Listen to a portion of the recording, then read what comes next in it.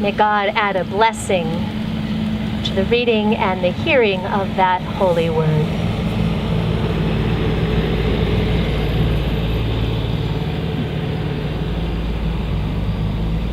Will you pray with me?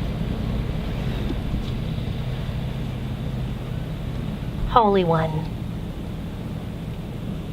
oil the hinges of our heart's doors, that they may swing easily open to welcome you. Amen. How lovely is your dwelling place, O Lord of hosts. My soul longs, indeed it faints for the courts of the Lord. My heart and my flesh sing for joy to the living God. How lovely. Lovely meaning not just beautiful, but also beloved in Hebrew. How beloved is God's dwelling place. What sacred place stirs your heart like that? Quenches your thirst? Where do you go to exercise an encounter with the holy? To touch the hem of God's robe? To feel the brush of God's breath on your cheek? Though you realize that the Spirit of God permeates everything, do you nonetheless have a place that feels extra special, Spirit charged, a beloved place where you can go to exhale, to be restored, to be inspired?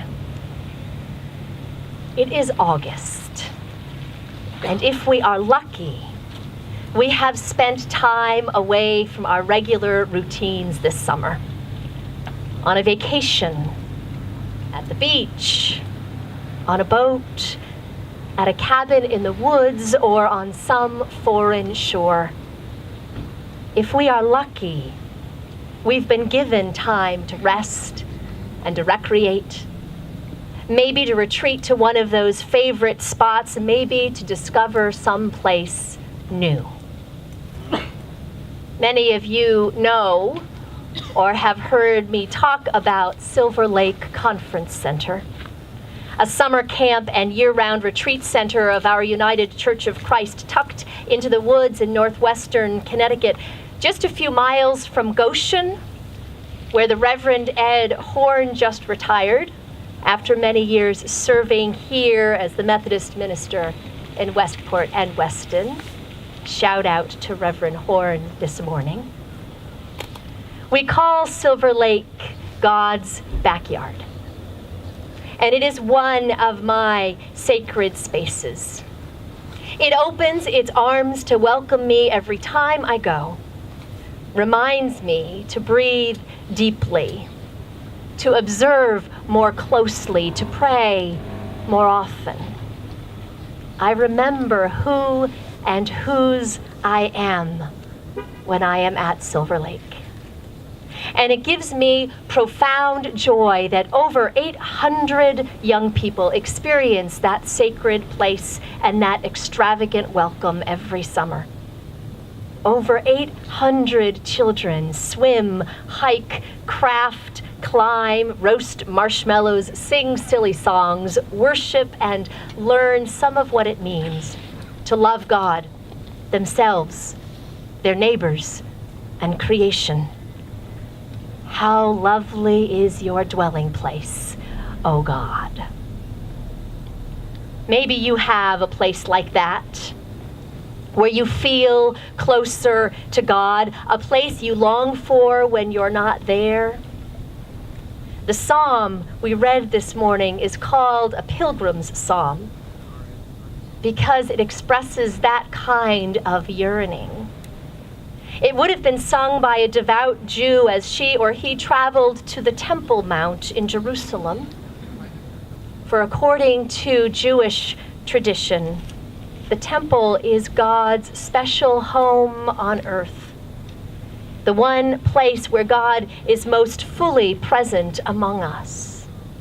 And so the pilgrim longed with every fiber of her being to reach that sacred place, to be as close to God as the songbirds that built their nests in the eaves of the temple.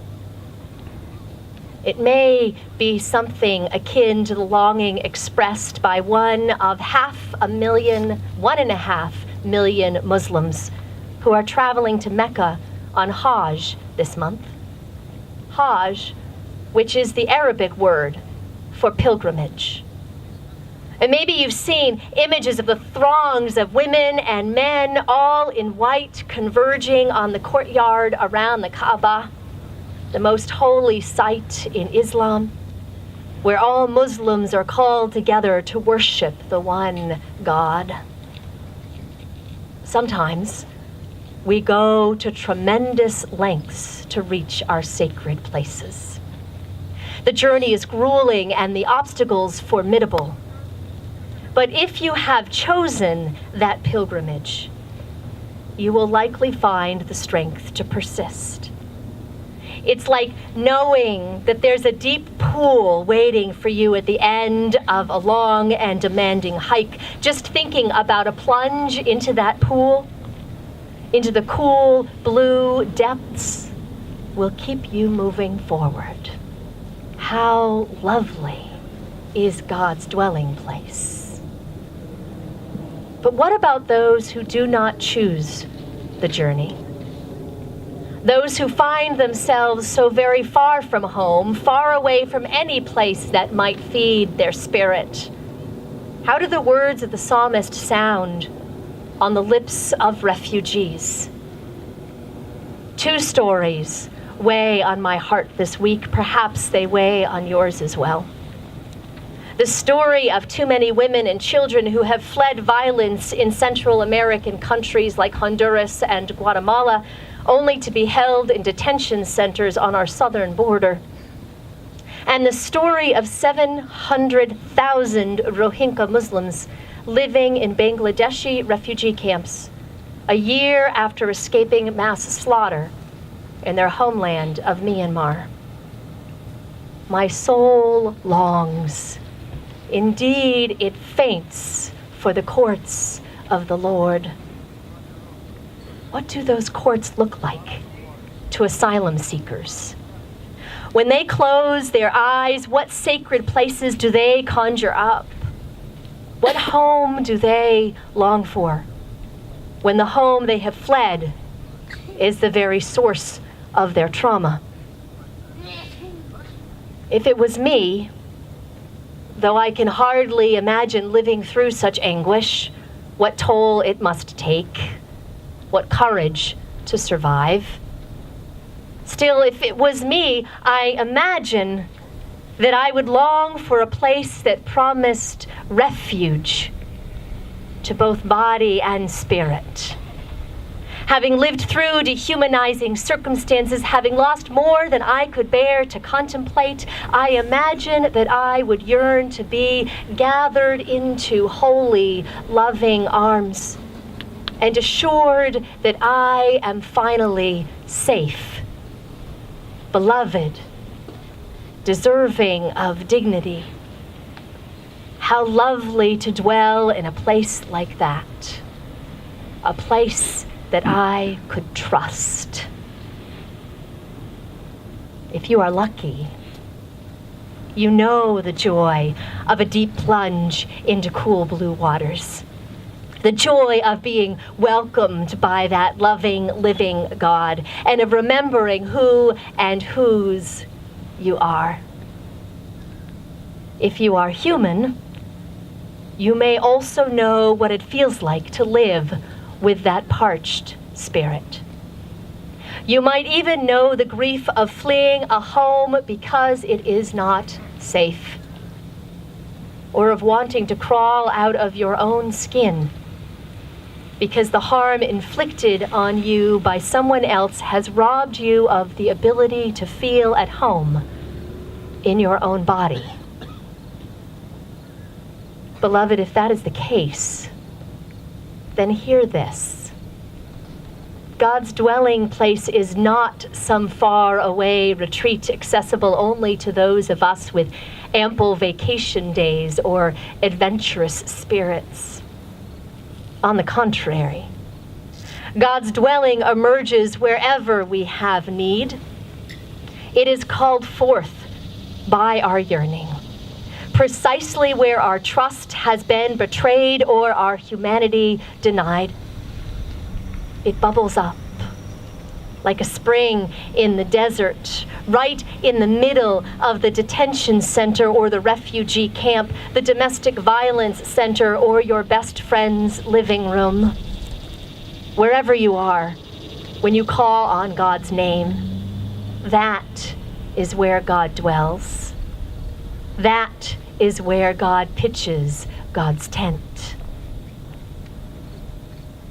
Yesterday, several members of Saugatuck Church took a field trip to visit Weir Farm National Historic Site over in Wilton, where one of our members, Mary Ellen Hendricks, is this month's artist in residence. Rolling farm fields, wooded trails, eruptions of wildflowers, and walls covered with Mary Ellen's photography. Images taken with an antique camera and printed on silk. This all conspired to stir up our collective sense of wonder. Standing in the presence of so much creativity, both divine and human, it was easy to say, "Happy are those who dwell in your house. They forever praise you." Standing in a place like